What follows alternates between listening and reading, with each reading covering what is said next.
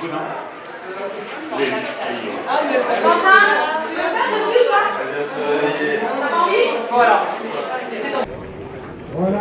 ensuite on va la mettre à droite pour récupérer.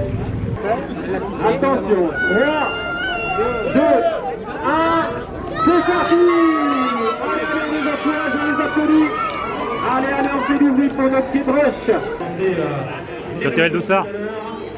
C'est à Beaufort, la maison du fromage.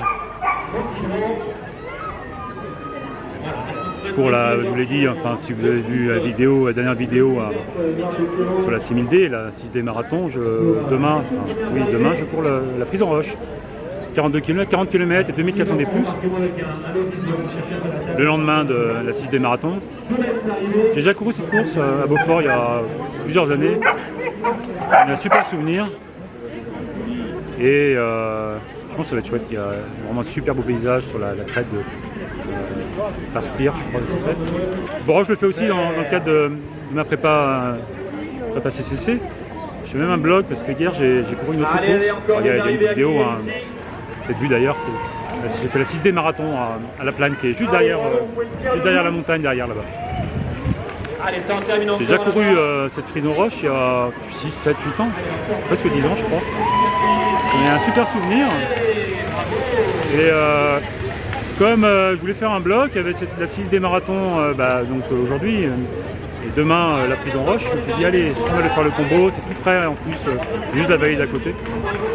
Et donc demain matin, départ à 6h pour courir à nouveau 40 km et 2004 D+.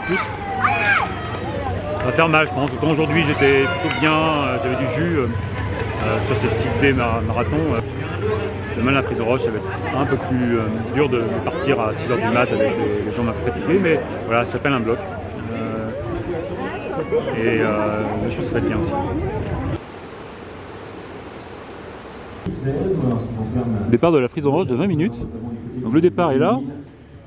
Tout n'a pas été installé encore. C'est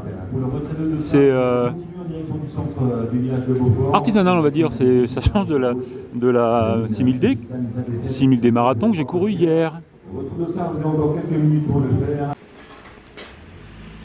Tu cours aujourd'hui ou pas?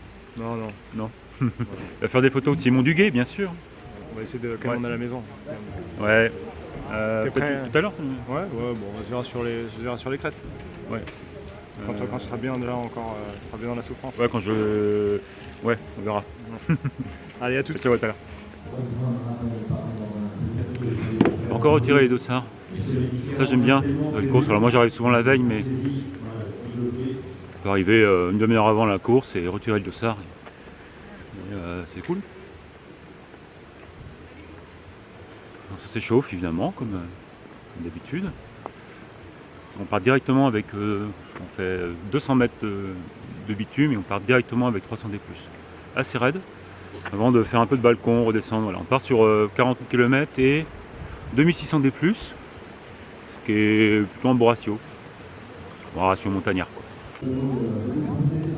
Et ravitaillement prévu sur le parcours, donc pensez-y.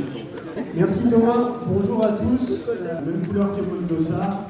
Vous allez avoir un parcours commun avec le 17, le 7 sur le début. Merci Thomas, moins de 2 minutes avant le départ de ce format. 2 minutes. On va faire monter un peu l'ambiance, monter un peu le volume. On est 150 au départ, c'est assez peu. Ce qui veut dire aussi qu'on va courir principalement seul sur la fin. Allez, tous ensemble, le décompte pour ce format marathon. 5, 4, 3, 2, 1, c'est parti, let's go! La Frise en Roche qui s'élance.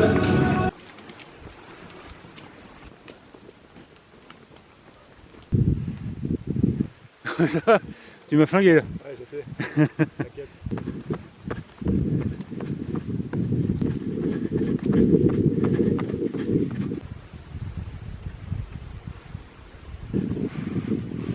Je suis tout à la fin du peloton. Il doit y avoir 4 coureurs derrière moi. J'ai pas beaucoup de force ce matin. Ça tire, je suis pas vraiment chaud encore. Je pense qu'aujourd'hui ça va être une longue journée en montagne. En prenant mon temps. Dans l'esprit de... Enfin, pas tout à fait dans l'esprit, parce que quand on fait un bloc, c'est pas pour prendre son temps, mais... Voilà. c'est quelque chose de bien pour la prépa, pour cette prépa CCC. Je répète toujours, hein, si vous voyez mes vidéos, mais parfois c'est pas le cas, les gens qui ne connaissent pas, je parle un petit peu de moi. Ouais, je prépare le CCC, ça fera un bon bloc ce week-end avec une petite sortie demain gentiment, mais on commence par 200, presque 300 D+, là. Puis on est en balcon dans les prés. On va attaquer une longue montée de quasiment 1008 ou 2000 D+, avec des paliers progressifs. 300, 500 D+, petit plat, relance, 500 D+, petit plat.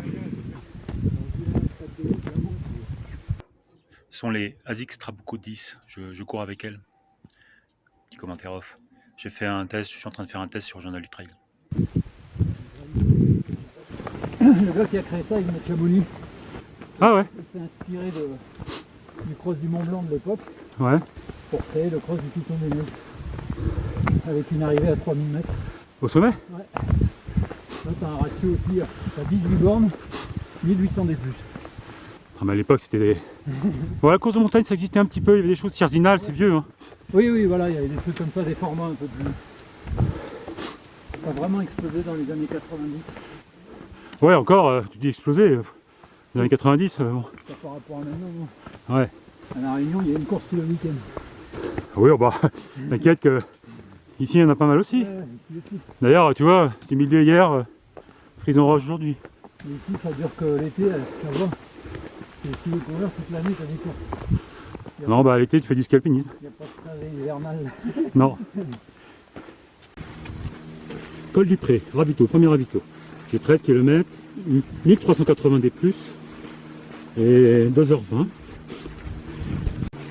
J'ai du mal à respirer, pas de force dans les jambes, normal. Pas trop surpris, mais bon, je suis à l'arrière du peloton, hein. Il doit y avoir 5 coureurs derrière. Voilà, donc on arrive. Là j'avais souvenir de. Tiens, un hélico, putain. Je me souviens de ce col. Là, il n'y a plus d'eau avant Saint-Guérin, c'est ça?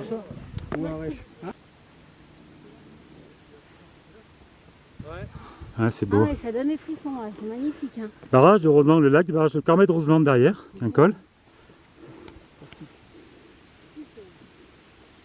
Et ça, c'est le Mont Blanc, évidemment, qui n'est pas loin du tout d'ici. Sorti de la forêt, on arrive dans les alpages là. Et on attaque la crête par Styr. Donc, je redis, hein, Mont Blanc juste derrière. Là en face, on voyait la Pyramenta. Alors, si vous avez vu la vidéo que j'ai faite Très rocher, hein, la Pyramenta. hier, Ah, c'est vrai. hier je courais la 6000D. Et j'en parle, on la voit aussi du parcours de la 6000D, la Pyramenta. On voit aussi le Mont Blanc.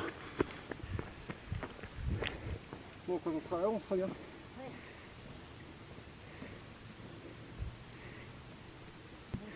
Effectivement, on va pile là-haut. Hein? Non, je fais une vidéo, je lui raconte des conneries. Bravo, bravo. Bien, super. Ouais, ça mérite une photo. Ouais. Ça mérite même un panorama. Ouais. Merci. Bonne journée. Là-bas, c'est la Pyramenta. Bravo, bravo.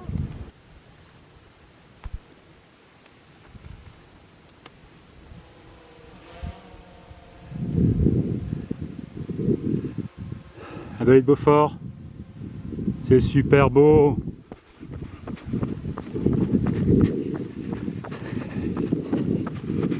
Voilà, je suis sur la crête. Ah, c'est superbe. Hein.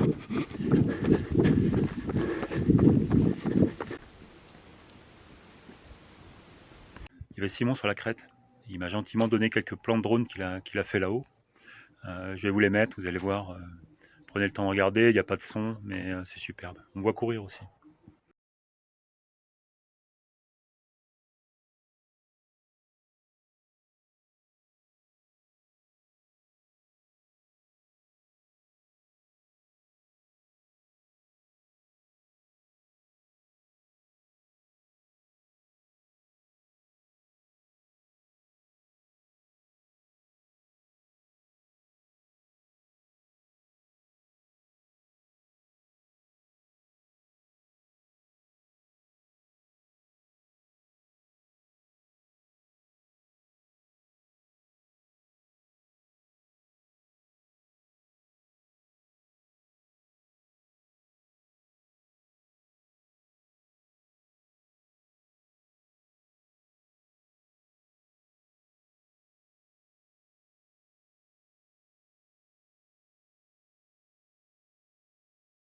Un truc, si vous avez fait la TDS ou si vous voulez faire la TDS, là-bas c'est le passeur de Pralognan.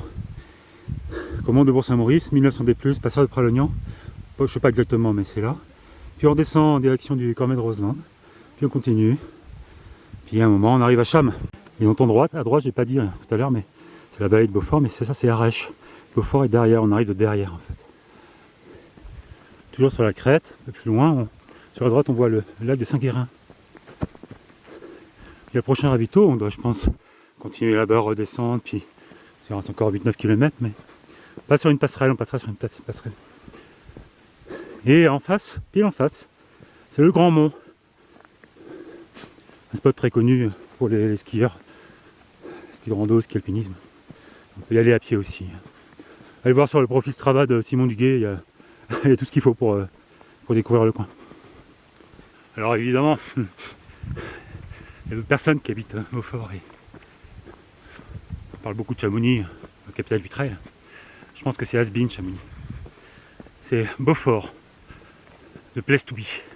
The place to be parce que un garçon qui s'appelle Jim Walmsley, meilleur coureur d'ultrafond au monde aujourd'hui. Hein.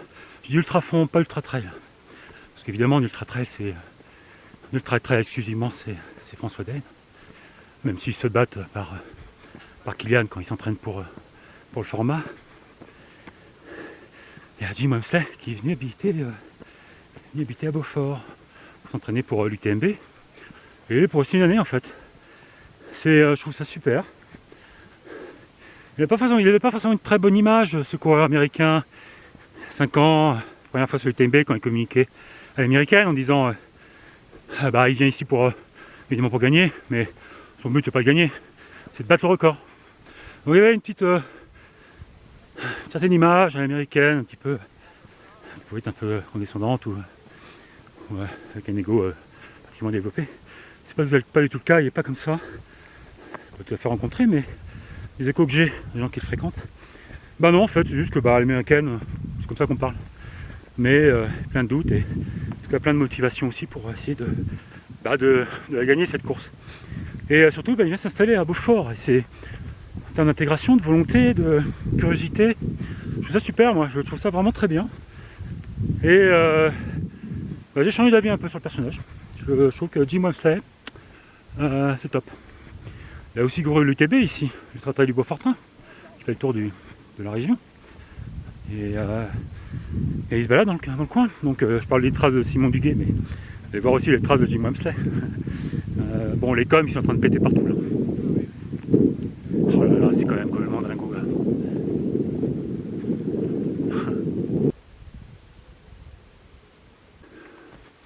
19,5 km, 2090 D+, je fais la mi-course, 3h45, il reste 20 bornes, et à peine 500 D+, on va beaucoup descendre là, et puis d'ici, je sais pas exactement, une dizaine de kilomètres, il y a un coup de cul de 400 D+, qui termine la course.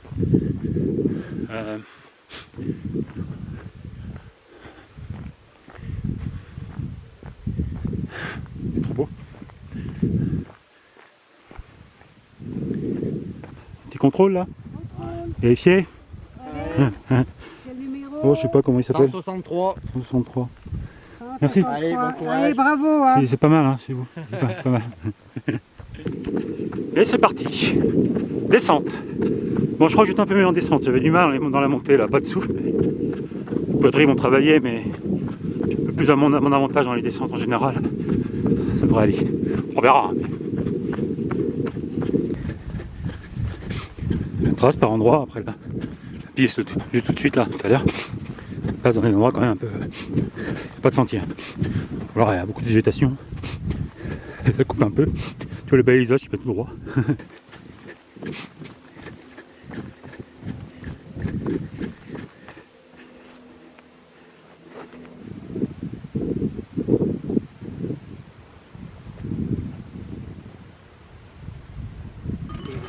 Deuxième ravito. Reportage, ouais. Bonjour. Je sais plus comment c'est. 163. 163. Ravito de Saint-Guérin, je crois. Ah, j'ai 2100, je sors du ravito, 2126 de D+, 25 bornes. On monte là-haut, il y a peut-être 400 D+, 300, 400. Puis on descend derrière sur Arèche. Arèche qui est le dernier ravito dans quelque chose comme 7 km, 7-8 km. Puis c'est plus soft jusqu'à la fin, à l'arrivée. Voilà, ça va se faire. Il reste 15 bornes, 14. Et on rentre dans la forêt. C'est toujours pareil en montagne, en fonction de l'altitude, la végétation n'est pas la même. En fonction de la température en fait, il fait plus haut, plus froid en hauteur. D'ailleurs, vous savez pourquoi il fait plus haut, plus froid en altitude, c'est bizarre. En fait c'est bizarre, pourquoi il fait plus froid en altitude, l'air froid descend, l'air chaud monte. On pourrait faire plus chaud en altitude.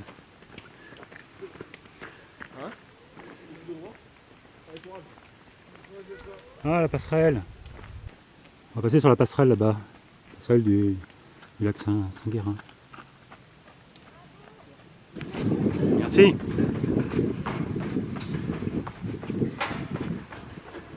Ah, c'est super ici. On voit des kayaks là-bas. On voit des gens qui se baladent.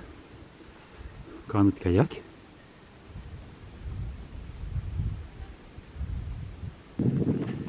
Voilà, on vient de passer la forêt.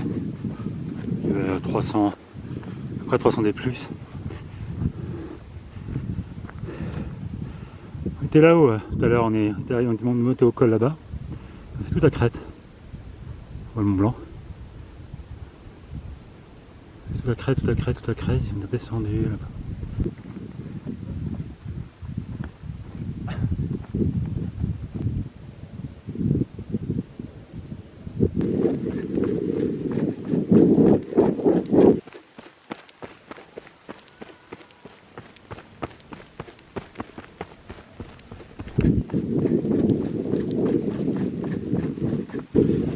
La descente sur Arèche, elle est bien raide. Il y a 900 des moins en genre 4 km.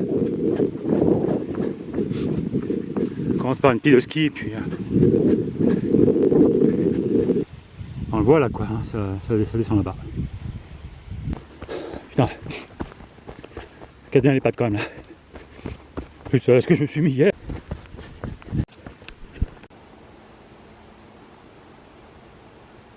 Arèche. Et le ravito, bah, je pense qu'il est là. Costaud la descente. Hein. T'as bien les quadrilles. Le stand Jules Beau. Bizarre. C'est le stand Jules Beau là, le ravito? Ouais. Ok. Dernier ravito, Arèche. Bonjour. Bonjour. Et voilà Beaufort. J'ai pas filmé hein, sur la dernière section parce que il y a pas mal de routes. Petit bémol, on va dire un bémol tout court. C'est joli, Beaufort. Voilà, fini, 6h46. C'est bien, je suis content. Ouais, je suis souvent content en fait. Ouais, ça s'est fait. Ouais, pas mal, ouais. J'ai du mal au début, putain.